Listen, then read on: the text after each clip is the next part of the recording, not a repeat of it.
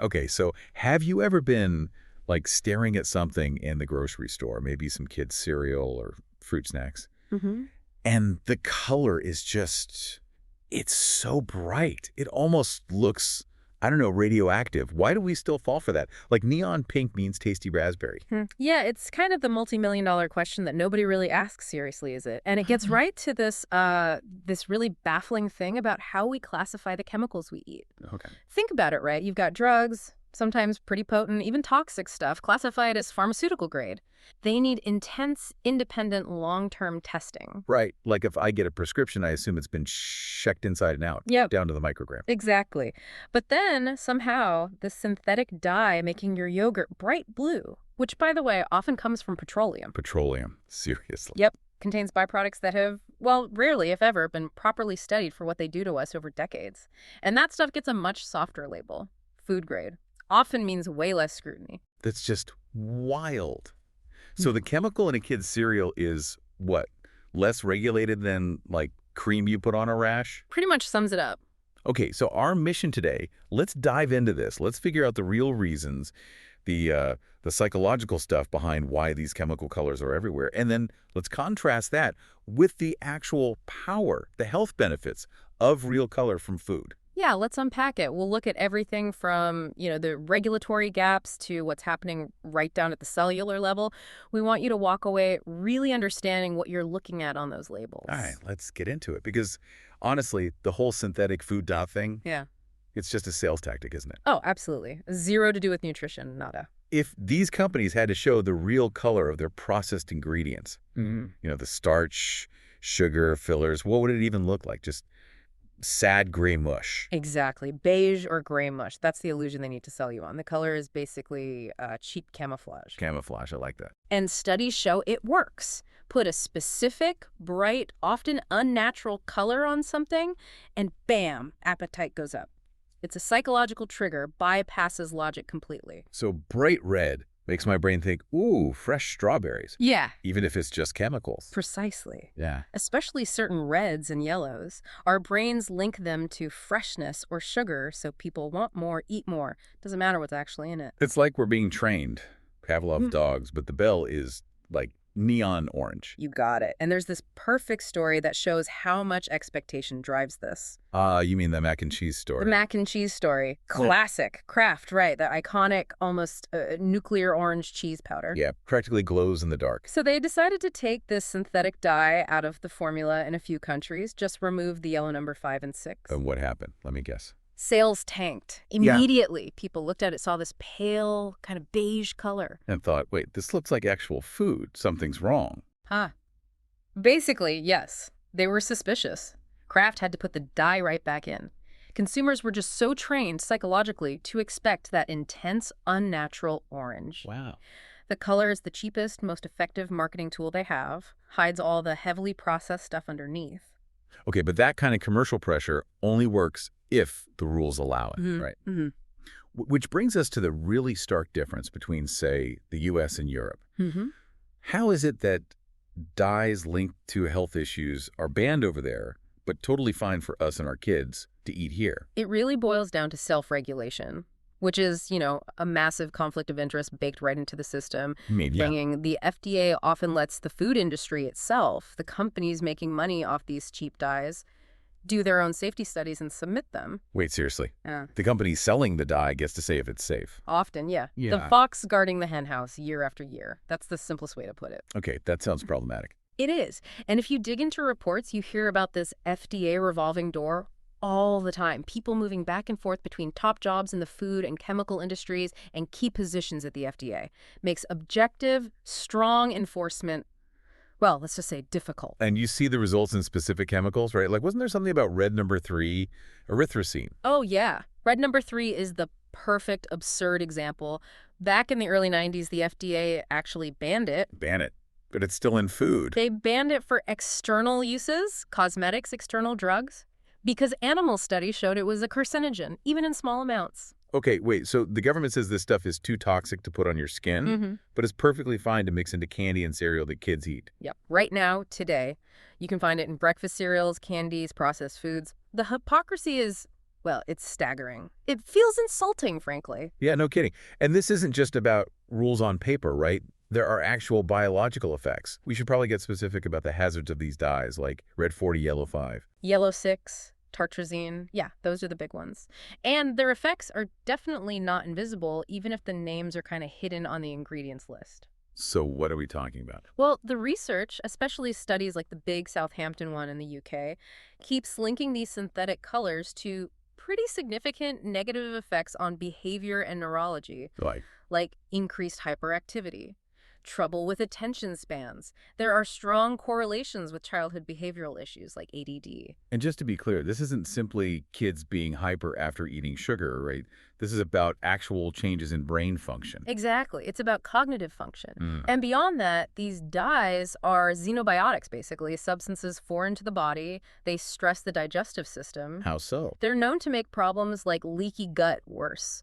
And think about it, these dyes are almost always consumed with other junk food additives like synthetic preservatives. It's not just one chemical, it's the whole cocktail. The combined effect is likely much worse. Okay, so it's hitting the gut too. What about, like, deeper inside, at the cellular level? You hear about mitochondria being important. Yeah, the mitochondria, those tiny power plants in our cells turning food into energy, ATP. Synthetic dyes are basically doing the opposite of what healthy stuff does for them. So they don't help. They don't just not help, they actively interfere. They definitely don't act as antioxidants, which cells need for repair. They don't reduce inflammation. In fact, a lot of these dyes mess with the mitochondrial electron transport chain. The what? It's like the assembly line for making energy. They can slow it down, make the cell less efficient at producing power. Ugh. And I heard something about them sticking around. That's the other kicker. They're bioaccumulative. Nick. They don't just pass through your system easily. Because they're often fat-soluble and hard for the liver to break down properly, they can actually build up in your body's tissues over time. So the more you eat, the more potentially stays behind. That's the concern. It increases the risk for long-term chronic damage. They're like, bad house guests who just won't leave. Okay, wow. So that's the dark side of the rainbow, huh? Those kindergarten colors aren't so fun. Not when you look closely. All right, now that we've kind of dragged the fake colors through the mud, let's flip this. Let's talk about the good colors. The power of color in actual nature. Mother Nature's real superpowers. Yes. Real pigments are the original functional food. They aren't just there to look pretty or trick your eye. They're active chemical compounds. Think about the deep green of chlorophyll in spinach, the bright yellows and oranges of carotenoids in egg yolks or carrots, the rich purples and blues of anthocyanins in berries. These aren't just coloring agents, they're actually part of the nutrition. They are nutrition. They're powerful medicinal compounds. Lycopene in tomatoes, carotenoids. These are serious anti-inflammatories and antioxidants. They protect cells. And those purple and blue ones, the anthocyanins. Those are especially cool. Anthocyanins are some of the few nutrients that can actually cross the blood-brain barrier. Really? So they can directly help the brain. Offer protective effects right there in your neurological tissue. It's amazing. So when we eat a plate full of real, vibrant colors, veggies, fruits, we're actually fueling those mitochondria we were just talking about, giving them the tools they need. Exactly right. You're giving them the antioxidant cofactors to run efficiently, to protect themselves from damage. Color in nature means defense. It means nourishment. And this applies to animal foods too, right? Absolutely. If you choose grass-fed meat or pastured eggs, you're getting the phytonutrients those animals ate from the grass and herbs. The color of an egg yolk, that's a direct sign of how nutrient-rich it is. A pale yolk means less nutritious feed. Okay, this is making me hungry for a salad now. Yeah. But this brings us to the big twist, doesn't it? The curveball in this whole color story. Yes. The exception that proves the rule. The one synthetic petroleum-based dye that is actually good for you, healthy even. Methylene blue. Yep. It's the total outlier. Hold on. Petroleum-based, synthetic, and it's a medical marvel. How does that even work when all its synthetic cousins are, like you said, bad house guests? Okay, the key differences are regulation and chemical structure. Totally different ballgame. Methylene blue was actually one of the very first synthetic drugs ever made. way back, late 19th century. So it was developed as medicine from the start. Exactly. So it falls under that strict pharmaceutical grade regulation we talked about, and chemically, its structure is completely different from the azo dyes used in food coloring. Not even related, really. So not just a different color, but a totally different kind of molecule doing a different job. A completely different job.